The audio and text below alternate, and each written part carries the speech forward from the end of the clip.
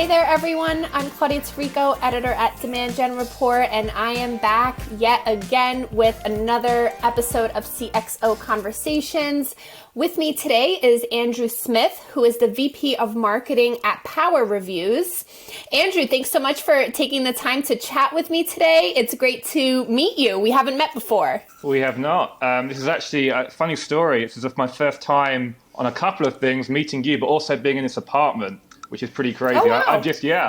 My friend lives downstairs, so they said there's no one here and I could come use it. So if this happens to be your apartment, I apologize. I'm only here for an hour. It's all good, you know.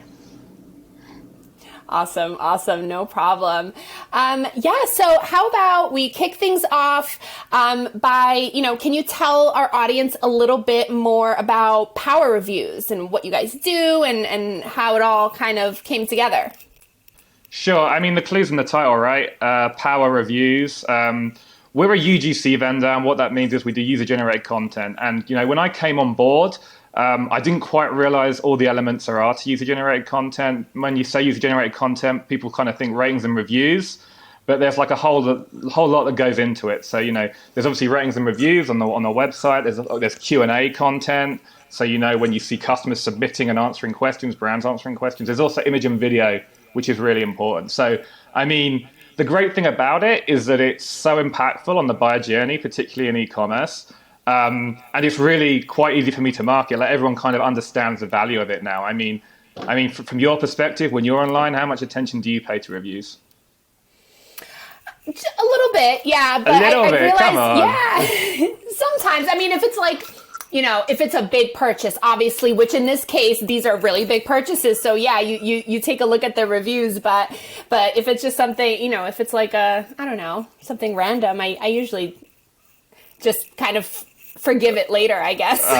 Well, what we say about it is it creates kind of buyer confidence, right? So it's like providing the extra motivation for a buyer or a shopper, I should say, to hit the buy button as they're shopping on an e-commerce site. So yeah, I mean, a lot of value in it. In terms of what we do, we provide the technology and the services behind the collection of that content, the display of that content. So when I say collection, I mean, how you actually ask for that content from consumers. We also have like a sampling program. So it's when an e-commerce brand will send out free samples to consumers, and then they'll leave reviews in return. And there's display, so understanding where to place it within a website or even offline to impact the buyer journey and to get people to hit that buy button, like I said. And then the real important component that we think, and it's kind of a differentiator for us, is our analytics. So analyzing that content. So if you think about customer feedback, traditionally it's been like surveys, but no one's really gone into review content. They've purely seen the value of that as a kind of conversion tool in the buyer journey. So the analytics part, and if you think about all the data, it's kind of product specific, so it's really context rich. So it provides like really interesting insights to improve your products, but then also we can scrape all that data from anywhere on the internet, and you can benchmark against your competitors as well, which is really, really cool and a really kind of new feature that we enable that no one else is doing to the same level that we're doing right now. Very interesting. And I know just from that description alone, it sounds like these are like product reviews for B2C companies, correct? Yeah, primarily our main clients are e-commerce. And, it's interesting what's going on in e-commerce right now. Obviously, it's kind of gone crazy. But we have we deal with companies who are like direct to consumer, and they're literally just got into it over the last year, right down from like those up and comers, if you like, right to like enterprise brands like Gap, for example, we signed recently, and that's across all their brands. So yeah, all shapes and sizes, I guess. Everyone's trying to get into e-commerce right now.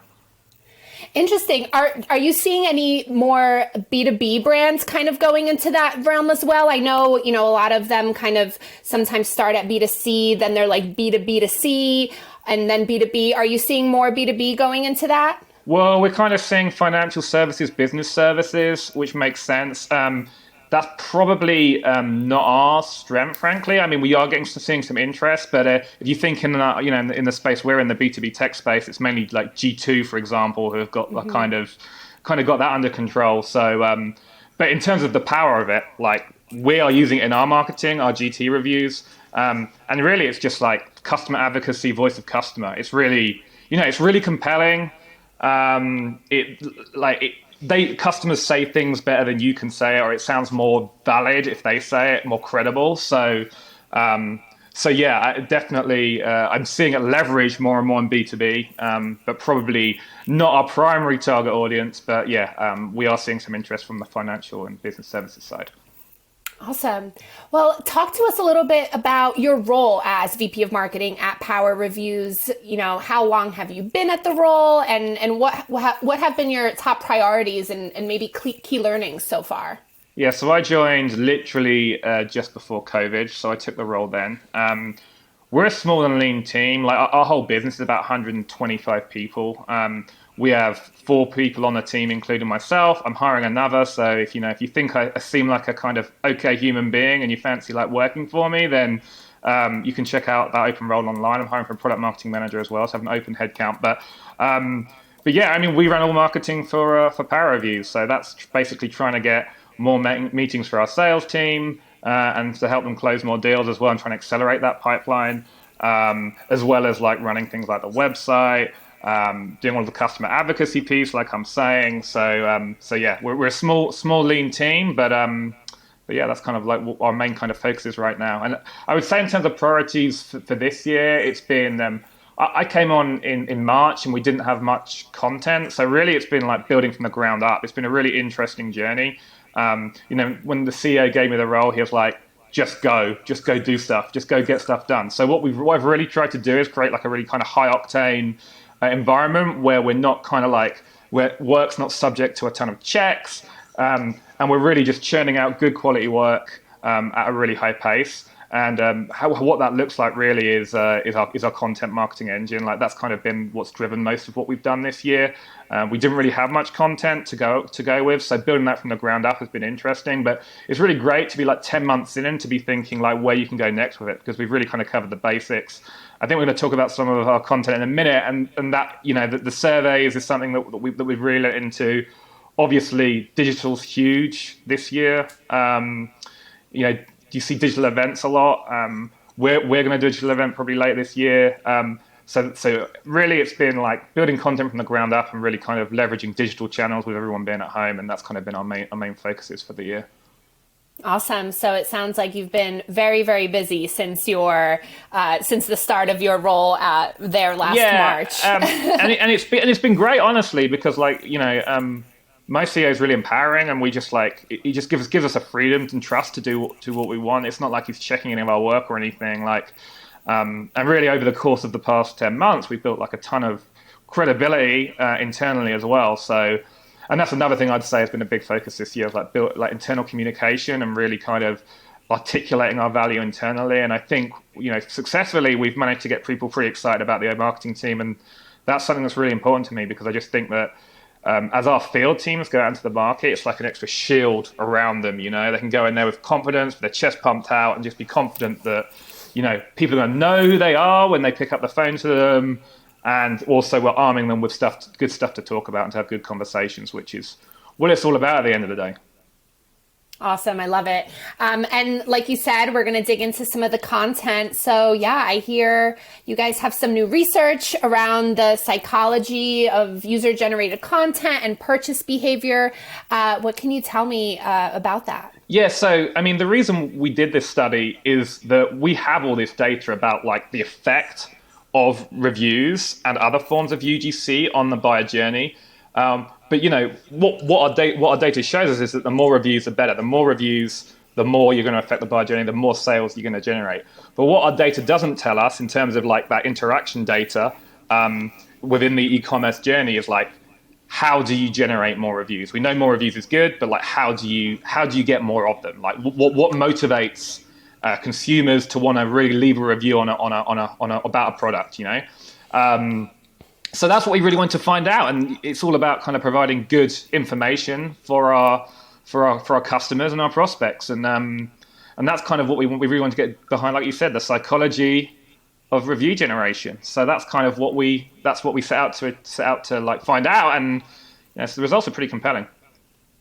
Interesting. And since Obviously, you guys, you cater more to B2C, but you also mentioned that you do kind of sip your own champagne as a B2B company. You have to. In terms of the takeaways from this research, right? What have you learned specifically when it comes to marketing your own solution from kind of, all of these insights? What can B2B companies learn from this type of research? Well, I think it's that the voice of the customer is super powerful, number one. I mean, it has a huge impact on, like I said, on people's buying decisions. And I think that's really the takeaway from a B2B perspective.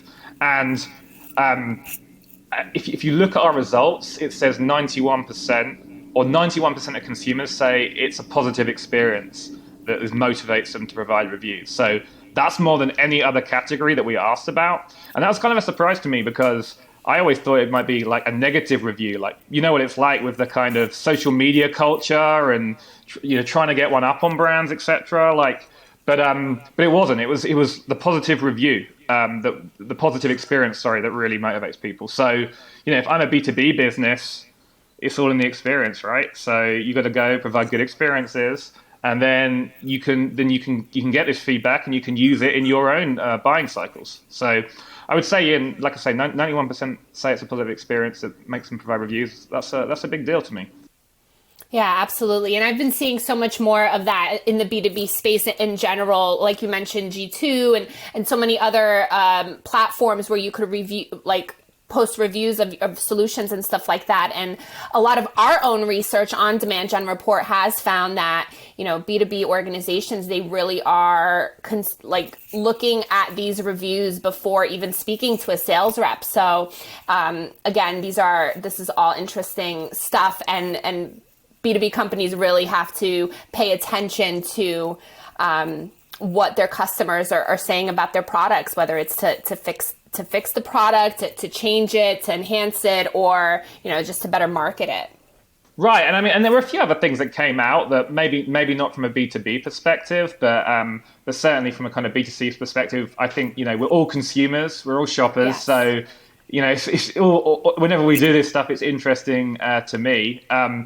But from a product perspective, what we found was product experience must be great from the first use onwards, right? Like, most people will write a review after they're kind of very early on in their experience, and then they will forget they ever did it. So, that initial experience is super, super important. Also, we did some kind of age generation comparisons. What was really interesting to me was that the younger audiences, one of the main motivating factors for them providing reviews is they want to help and guide others.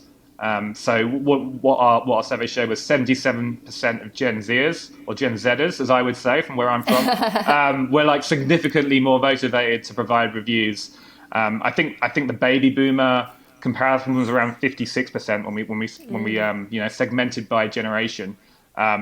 So that's kind of interesting to me. I found that kind of a little heartwarming. I'm a bit of a softie at heart, so yeah, it's nice that there's people out there who kind of want to help brands grow and really help, especially in this environment where you've got a lot of new up and coming brands that are kind of hitting the e-commerce scene. That kind of altruism is pretty nice, I think. Yeah, man, I feel I'm a millennial, and I feel like this Gen Z generation is so more thoughtful and really more kind. I'm like, oh, they're making us look bad. Right, and I'm a millennial too, just about a millennial, and I feel the same way. I'm like, come on, these guys are just too good. Yeah, right. So what else can you tell me about, I have found that a lot of B2B companies are quickly kind of catching on to B2C brands in terms of branding and messaging and advertising and all that all that stuff, B2C, everybody's so used to, just like even in this sense, we have Yelp and we review restaurants and things like that. And obviously people go on PowerReviews to share product information and things like that. So what can B2B brands learn from B2C brands? Just from your experience, working at PowerReviews and having that kind of customer in mind. Yeah, well, I saw something really good on LinkedIn the other day. I mean, there's obviously always, LinkedIn's always flooded with like opinions. But I saw a really good thing, like B2C is about selling to people. B2B is selling to people at companies. So it's the same process to me. I mean, that really struck a chord with me. In terms of best practices on UGC and ratings and reviews, it comes back to the collect, display, analyze mantra that we talk about. Like, you've got to put time into collecting the review content, whatever that is, whatever sphere you operate in. Like, and it might be different depending on that sphere, but like, you've got to put the time in to do that and the effort and employ the right tactics and strategies to do it. Display, that's just about getting that content in front of people, like engaging them in the right places with customer advocacy is gonna have an impact. And then analyzing is, of course, all about like taking that information and improving your overall offering. So those three components are just super important. Awesome. So you mentioned earlier that you joined PowerReviews right before the pandemic hit, right? I mean, I bet that was a lot of fun. So yeah, I mean, fun's one word for it. Yeah. But I was onboarding 2 new employees right when the pandemic hit as well, and it was. I'm just going to be honest, it was not fun. Well, you said it was fun, but like, no, it wasn't. It was different for sure. Like, plans just got changed overnight because I joined just before budgets. A lot of pressure on budgets. So just had to completely pivot. So PowerReviews traditionally was focused on the event space. They used to go out, and that's where a lot of the places they did their kind of branding and their marketing. And obviously, physical events completely off the table this year. So, like I said, that's why I kind of really leaned in on content and the sorts of studies that we're talking about today, or we just talked about just now. Really kind of leaning in on that.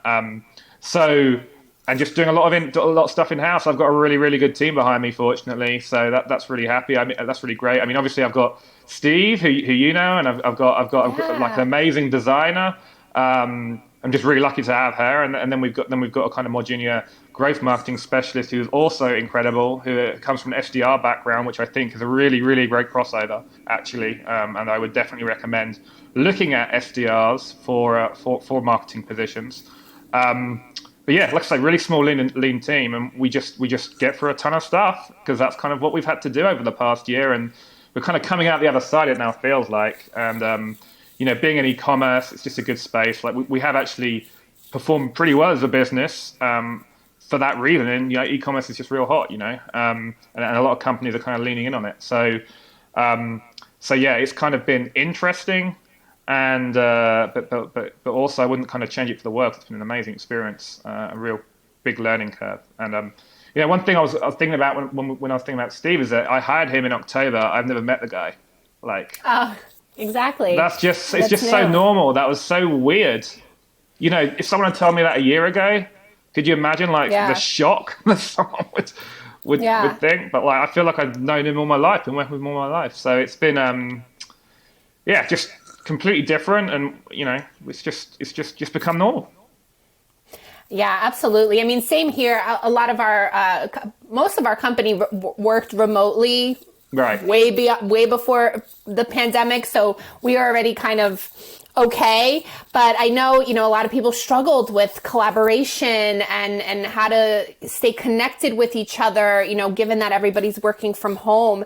Did you have any kind of tips or what you did to really keep the team engaged and inspired during such a tough time? Yeah, I mean, for me, it always comes back to the work. I think, is the work interesting? Is the work motivating? For example, the designer on my team, like, she's completely revolutionized our website over the past 10 months. Now, to me, that is far more important than pretty much anything else. If we've been in the office and she'd been kind of bored, then that is just so much more powerful. So to me, it comes back to the work, and that's a really motivating thing, and keeping people going through the pandemic. I think actually the kind of luxury of working from home, we found pretty easy, like from a communication perspective. Like we have like numerous channels. We have like, I don't think we're unique in this. We have Slack, our Slack's big. We have a really great PowerReviews channel. That's a dog channel for our PowerReviews people. I can't even pronounce it. Ours is called, our animals Slack channel is called Chanimals. There you go. That's a good one. I love the puns. Yeah, I know, right? I can't use say that if you want. But it's awesome. So, I mean, stuff like that. And to be honest, I wasn't here really before the pandemic, but I bet our PowerReviews channel is far more active now than it was before the pandemic, like everyone's out there right now. So yeah, Slack, email, we're doing this, video conferencing a lot. And to be honest, I think, I feel like people have been more motivated probably throughout the pandemic. I think it helps that our business is going pretty well, but I haven't really found it too challenging. Probably on a professional level, not on a personal level, it's kind of, it's a bit different, but like not being able to leave the house and all that, so checking in with people is definitely important. But yeah, I think as from a collaboration perspective, we haven't had any issues, I don't think. Awesome. Well, the title of this video series is called CXO Conversations. Yeah. So one of my favorite questions, I always keep it in the roundup for whenever I'm interviewing for the series. I always ask, what kind of conversations are you having with other marketing executives, other leaders in the space? What are some top questions that are coming up? How are priorities and stress levels changing and shifting? Yeah, so I mean, I'm in a few of these networking panels, and I think we've kind of all been helping ourselves, helping each other, I should say, through it all. Because there's no playbook for this. So there's been a lot of experimentation and a lot of kind of knowledge sharing in terms of like what strategies and what tactics to use. I would say the events thing is really interesting to me. Like it's just digital events. Like no one would have signed up to do a digital event before this. But now I can foresee a situation where the physical events come back, but a lot of people are still doing digital events. They're like so cost effective. People are so used to them. It's cost effective from staging it, but it's cost effective to attend as well, and less hassle. You can sort of dip in and out in a way you can't a physical event. So I think that's been the biggest challenge I've noticed in B2B, or the biggest change I should say I've noticed in B2B. So that's probably the main thing I've heard. I mean, there's all sorts of like martech that people are now sort of experimenting with. Martech, you can really go down a rabbit hole with martech, but like that's for sure. I wouldn't say I've got any tips there, but just a lot of discussions around marketing technology, just because people are looking for any kind of way to digitally engage people when you can't actually in person. So I would say there's kind of a lot of confusion, a lot of like muddling through, and a lot of kind of supporting each other and trying to find out how best to handle this together, I would say. Yeah, absolutely. That whole events space is definitely one to watch for sure. I know a lot of people are talking about it as coming out to turn into like a hybrid model where because we have an event coming up at the end of the month, February. And honestly, we found that we get more registrants from all over the world, where normally not everybody could do that and get to, Arizona where a physical event would be. So that hybrid model that provides, both a physical space for those who can attend with a digital component is definitely going to be one to watch for sure. For sure. And when I think about events, like I see it as a huge contact acquisition opportunity in a way that events were never before. If you can provide a really compelling event, you're going to be able to, and it's free or the cost is minimal. Like you're going to be able to attract a lot of people to that, a lot of signups that then go into your kind of marketing funnel and marketing flow. So, I like the idea of a digital event, frankly, as someone who's kind of running a relatively lean lean mean machine, like it does appeal. But yeah, I'm a bit nervous to committing to physical events, but I kind of do hope they come back because they are a great way of meeting people, and there's nothing like them. Yeah, you can't always rely on LinkedIn to make those kind of connections. Oh, you really want to sure. see each other face to face. Well, so final question would, what's next for you? What's next for PowerReviews? Any key priorities for 2021? I know you mentioned them briefly, but let's just round out the conversation with that. Sure. Well, deep question, but for the next year, we're actually going through our plans now because our fiscal starts in April. But just a lot more digital and get a lot more kind of leveraging digital channels to get to people. Probably a digital event, like I said, is something in the works. So we're looking forward to potentially getting really deep into that. But from a PowerReviews perspective, we're in a great space. We're really lucky. It's not like this for everyone, and we totally appreciate that. We want to grow. We want to kind of renew our customers, and then we want to grow. And that's kind of it. We're excited about the next year. I think like I said, we're in a good spot, and yeah, let's roll. I'm excited. Awesome. Yeah, I'm excited to see what happens and how your lean team gets things done in 2021. So, Andrew, thank you so much for this awesome conversation. That's all the questions I have for you. But yeah, this was a great chat. Thank you to everyone watching. That's a wrap on another episode of CXO Conversations, and I hope to see you next time. Bye, everyone.